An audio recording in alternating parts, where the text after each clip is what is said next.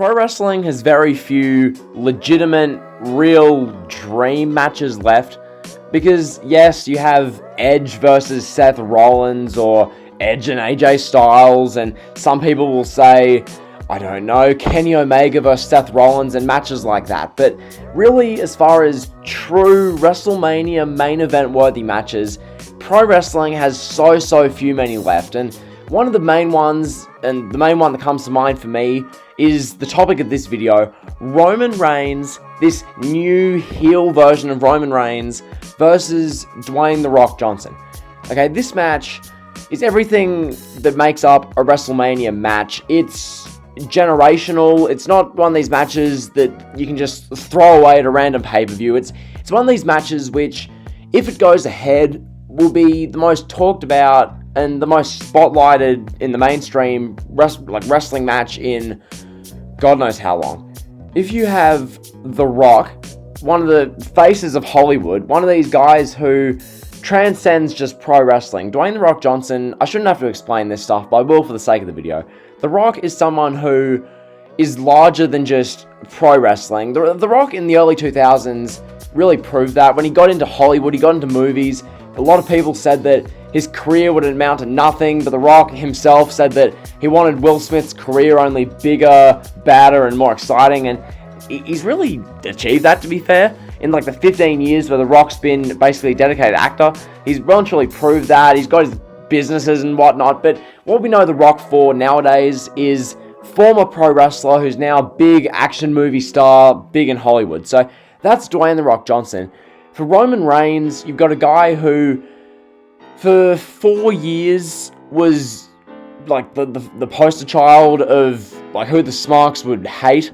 That's realistically what Roman Reigns was, because Roman Reigns was everything that Smarks stood against, because people wanted to see guys who hadn't been given a chance, guys who can work the great long match, guys who hadn't been spoon-fed by Vince McMahon. People wanted to see that, whereas Roman Reigns was pushed down the throats of fans. So for 4 years, he was public enemy number one in the eyes of many pro wrestling fans, and for a few loyal Roman Reigns fans, they stuck tried and true with him through that time. Then Roman Reigns had the leukemia stuff, which I'm not going to go into that. It's so brutal sometimes to go through that, but yeah, Reigns had that. Then he's come back, and now he's the tribal chief.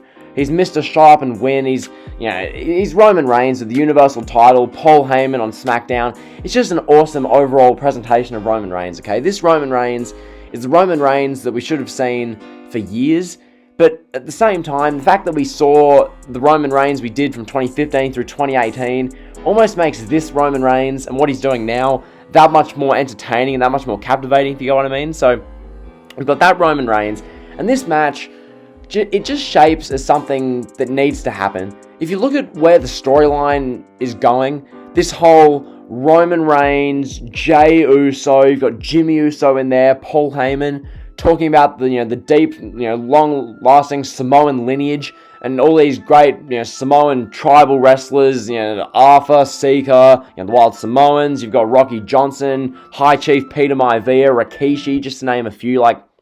We've got all these guys intertwined in this Samoan bloodline storyline ever since SummerSlam, when Roman Reigns made his triumphant return in the main event of SummerSlam to, disrupt The Fiend and Braun Strowman's Universal title match. Ever since then, we've had Roman Reigns in the Universal title picture as Universal Champion, Roman Reigns, Jey Uso, okay? Think about this, alright? Think about this. Roman Reigns has made a feud with Jey Uso. Yes, Jey Uso, some of the most captivating television we've seen in pro wrestling in Lord knows how long. You've had some captivating, short angles and storylines, but nothing really comes to my attention as far as, several months long of captivating segments and captivating storylines and storytelling, like Roman Reigns and Jey Uso on SmackDown has. This thing has gone on for 2 months now, and whatever they do at Hell in a Cell, I'm recording this video before Hell in a Cell, so maybe they end it once and for all at Hell in a Cell, or they do something big and the storyline keeps going. You guys will probably know that, because more than likely when you're watching this video, Hell in a Cell would have happened, but realistically, we've had 2 months of Roman Reigns and Jey Uso feuding, and it's been fantastic television. So, with that considered, think about how amazing and must-see the television would be if you take that Roman Reigns, who's making Jey Uso look like a legitimate bona fide main eventer. If you have that Roman Reigns in a several month-long feud with Dwayne "The Rock" Johnson, a guy who is near enough unanimously praised as the greatest talker in the history of the pro wrestling business, a man who has the most charisma of anyone in the history of the pro wrestling business, someone who can captivate an audience like no other. They call him the People's Champion for a reason. These two guys, the storytelling, the segments, this is the kind of stuff that epitomizes pro wrestling. Stuff like this, like Roman Reigns and The Rock, and what they could very well be doing from January through April next year, and the possibilities with that. That is why I continue to be a fan of pro wrestling. That's why I continue to watch.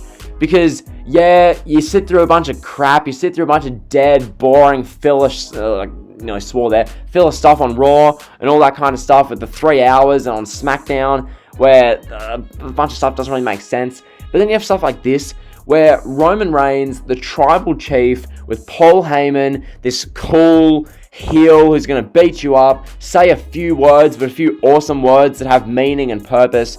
You have that Roman Reigns, and the possibility of that guy at WrestleMania 37, WrestleMania Hollywood, supposedly, with the theme, the yellow and gold theme of Hollywood, going against The Rock. Now, as far as the match itself, yes, the match wouldn't be some Kenny Omega versus Kazuchika Okada all-time 17-star classic. Of course it wouldn't. In many ways, the match would be, it'd be better based purely on spectacle, purely on the two guys involved and the level of star power involved. Because, yeah, these guys won't go for 64 minutes and have a best 2 out of 3 falls match for Dave Meltzer to give 19 stars. But what these guys will do, it will be a clinic for pro wrestling as far as captivating an audience. Because if you're going to try and tell me that Roman Reigns, this heel version, being in the ring with The Rock, is not absolute must-see pro wrestling, I don't know what you conceive to be must-see pro wrestling. Maybe you conceive, I don't know, PWG wrestling to be must-see. I don't know what you personally love and what you personally want for pro wrestling, but I feel by and large, this is the match that the consensus want to see. And alongside matches like, Edge vs. Seth Rollins, maybe even an Edge vs. Randy Orton, some people want to see, maybe, I don't know, Brock Lesnar, Keith Lee, those type of matches. This match is the one that triumphs over the other ones as far as being the most must-see. Now, as far as the storyline itself, where I see them going off the top of my head, involving this Roman Reigns, Tribal Chief, Universal Champion thing, a Hell in a Cell, well, he's going to walk out champion, obviously. Jey Uso is not going to make Roman Reigns say, I quit. So, Reigns will still be the champion. I see Reigns having, hopefully, some good, meaningful programs. I think Roman Reigns versus Seth Rollins is something that needs to happen before this. Because you go from, Jey Uso, someone who is like a tag team guy, but it's all about the storyline. You go from that to Roman Reigns laying waste to his ex-Shield brother, Seth Rollins, someone who has, as far as the modern day, pretty good rep and pretty good status in the company. Seth Rollins, who is a fairly established main event guy. So you go from that, from Jey Uso to Seth Rollins, and then you can take that jump up to The Rock. It's not inconceivable. It's something that people could get behind. I think a Seth Rollins feud in the coming months would be good. It would make sense. When you look at SmackDown's roster, it's the only real move that makes sense because, people want to see Roman Reigns versus Daniel Bryan, but you've got to give Daniel Bryan a bit of a character. At the moment, Daniel Bryan's a guy who comes out wearing a suit blazer saying that Bianca Belair deserves an opportunity.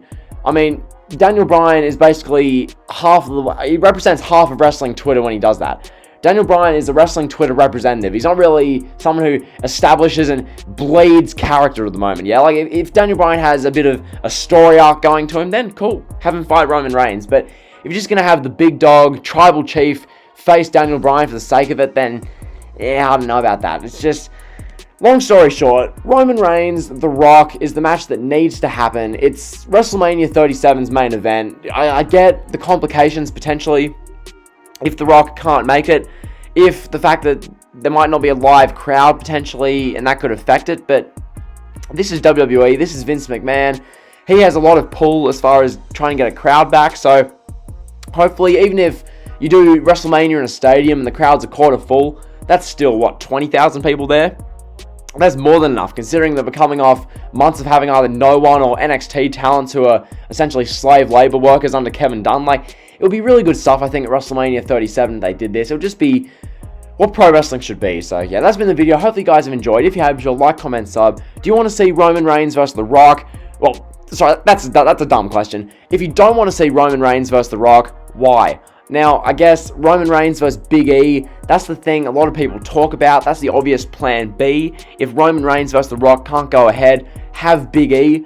But I really feel like Big E can wait. This is a match that needs WrestleMania 37. It just really does. I think Roman Reigns, heaven forbid, not even like that, but yeah, Roman Reigns, say, beats The Rock, and then goes on to SummerSlam next year as Universal Champion, keeping on winning, and then Big E, after like a year of good build-up and having him be treated as a serious threat, Big E can beat Roman Reigns at SummerSlam. I don't feel like you have to rush it for WrestleMania. Like, WrestleMania, The Rock versus Roman Reigns feels like the right match. So, yeah, that's been the video. Like, comment, sub, all that good stuff. See ya.